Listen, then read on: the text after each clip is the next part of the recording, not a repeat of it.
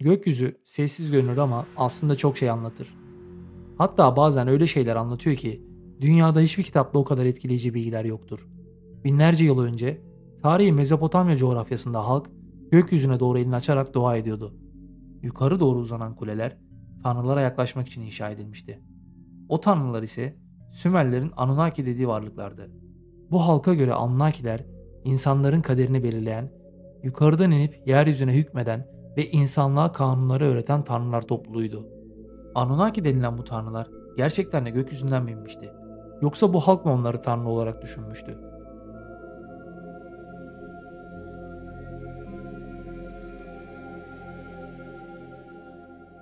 1885'te bugünkü Irak'ın güney bölgesinde sayılamayacak kadar taştan tabletler bulundu. Bu tabletlerin içeriğinde geçenler akıl alır gibi değildi. Anunnakiler gökten yeryüzüne indi. İnsanlara bu krallığı bahşetti. Yani yeryüzünün halkına yönetmeyi, düzen oluşturmayı tanrılar mı göstermişti? Garip olan şudur ki aynı dönemde farklı uygarlıklar ve halklar da gökyüzünden gelen tanrılardan bahsediyordu. Hintliler, Mısırlılar ve Mayalar.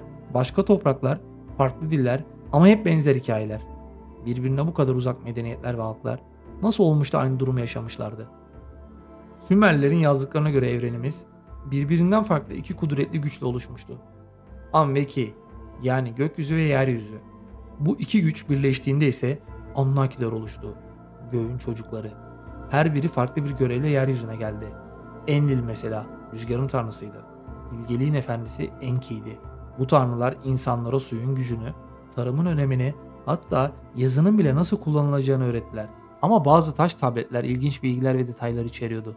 Tanrılar yeryüzüne gökten büyük gemilerle geldi. Binlerce yıl önce metinlere ve taşlara kazınmış olan bu cümle, günümüzde bile insanlığın hakkını kurcalamaya yetiyor. Aradan yüzyıllar geçti. Tabletlerin içeriği unutuldu. Fakat gazeteci Zekeriya Sitchin bu metinlere farklı bir yorum kattı. Dediğine göre gökten gelen bu varlıklar, yani Anunnakiler tanrı değil uzaylıydı. Nibiru adında güneş sisteminin dışında olan bir gezegenden gelmişlerdi. Dünyanın değerli madenlerinden biri olan altın madenini istiyorlardı. Ama bu ağır işleri yapmak onların fiziki yapılarına uymuyordu. Bu sebepten dolayı dünyadaki ilkel insanlarla kendi genlerini karıştırıp yeni bir ırk geliştirdiler ve bizi, yani Homo sapiens'i yarattılar. Bu iddialar kulağa çılgınca geliyor olabilir. Ama bazı tabletlerin metinlerinde yazanlar bu teoriyi oldukça destekliyor gibiydi. İnsanı kendi suretlerinde yarattılar. Bu cümle aynı kutsal kitaplarımızda da bahsedilen o cümle gibi. Sümer rahipleri kendilerinin tanrılarla konuştuğunu söylüyorlardı. Göğe uzanan tapınakları ziguratlar birer merdivene benziyordu. Yeryüzünden gökyüzüne doğru yükselen basamaklar gibi. Tabletlerde bulunan bazı bilgilerde ışık sütunlarından inen tanrılardan da bahsediliyor. Yeryüzüne doğru inen silindir şeklinde bir ışık yüzmesi. Bu sadece bir benzetme miydi? Yoksa o zamanlar tarifi olmayan bir teknolojiyi mi tasvir ediyorlardı? İşte tam da bu noktada tarih bulanıklaşıyor. Söylenen sözler efsaneye dönüşüyor. Bir düşünsene. Eğer bu kişiler gerçekten de gökten inip bizleri yarattıysa, kendi kaderimizi mi yazıyoruz? Yoksa Anunnakilerin yazdığı bu oyunu mu oynuyoruz? Sümerliler gökyüzünü inanılmaz derecede biliyor ve yorumluyordu. Ayın tüm evrelerini, gökyüzünde gerçekleşen tutulmaları, gezegenlerin hareketini, bütün bunları binlerce yıl önce ellerinde hiçbir teknolojik cihaz, herhangi bir rasathane cihazı olmadan nasıl hesaplayabildiler? Ve bunu onlara kim öğretti? Günümüzde müzelerde dünyanın farklı yerlerinde bulunmuş binlerce tablet var. Bunların birçoğu hala okunamadı.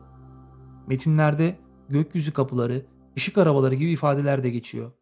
Hatta bir tablette şöyle bir bilgi de var. Tanrılar ateşle yukarıya geri döndüler. O dönemlerde bu olaylar kutsal bir hikayeydi. Ama günümüze uyarladığımızda sanki bir uzay gemisini tarif ediyor gibi değil mi? Belki biz tarihi kendi bakış açımızda yanlış görüyor olabiliriz. Belki de asıl kavramamız gereken şey bu cümlelerin ne anlama geldiğiydi. Bu konu hakkında bilimin araştırmaları oldu ve Anunnakilerin sadece bir mitten ibaret olduğu söylendi. Ama dönüp tarihe baktığımızda çok farklı şeyler söyleniyor. Her mitin içinde gerçeğe çağrı yapan bir miktar kıvılcım vardır. Farklı uygarlıkların aynı göksel olayı anlatması Sadece bir rastlantı olması mümkün mü? Yoksa aynı dönemde yaşamış ve paylaşılmış olan bir hatıranın yansıması mı? Başka bir tablet ise şöyle bir bilgiye yer vermiş. Tanrılar göğe döndüler ama yeryüzüne geri dönecekler. Bu cümle uzun yıllardır insanlar arasında dolaşıyor. Kimi halklar bunu bir kehanet olarak gördü. Başkaları ise döngüsel bir uyanış olarak nitelendirdi. Çok ilginç bir şekilde 2016 yılında bilim insanları Güneş sisteminin dışında 9. gezegen diye adlandırdıkları bir gök cismini keşfetti. Yörüngesi Sitchin'in Nibiru tarifine tıpatıp uymaktaydı. Rastlantı mıydı yoksa kaybolmuş bir bilginin gölgesi mi? Belki de Anunnakiler gökten hiç inmedi. Belki de göğün çocukları denilen bu varlıklar tamamen insanın kendi hayal gücüydü. Bilgiye erişen, anlamı oluşturan hep insanın kendisiydi. Ama bunu aktarmanın yolu da mitti. Çünkü bazen gerçek hikayeler kendini korumak için efsane kılığına girebilir. İnsanoğlu yaşam boyunca hep aynı soruyu sordu. Ben nereden, ne zaman geldim? Cevabı hep yukarıda, gökyüzünde arıyoruz. Belki de göğün çocukları bu düşüncenin bir sembolüydü. Günümüze dönüp baktığımızda ise yeni hikayeler yaratan biziz.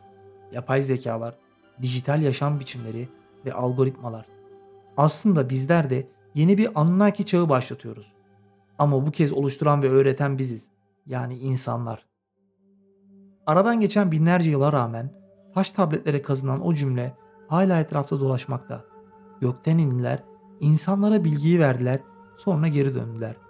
Gün gelince biz de belki bu yoldan geçeceğiz. Göğe bakacağız ve anlayacağız ki biz zaten hep oradaydık. Çünkü yukarı bakarken fark ettiğimiz ve gördüğümüz şey aslında kendimiziz.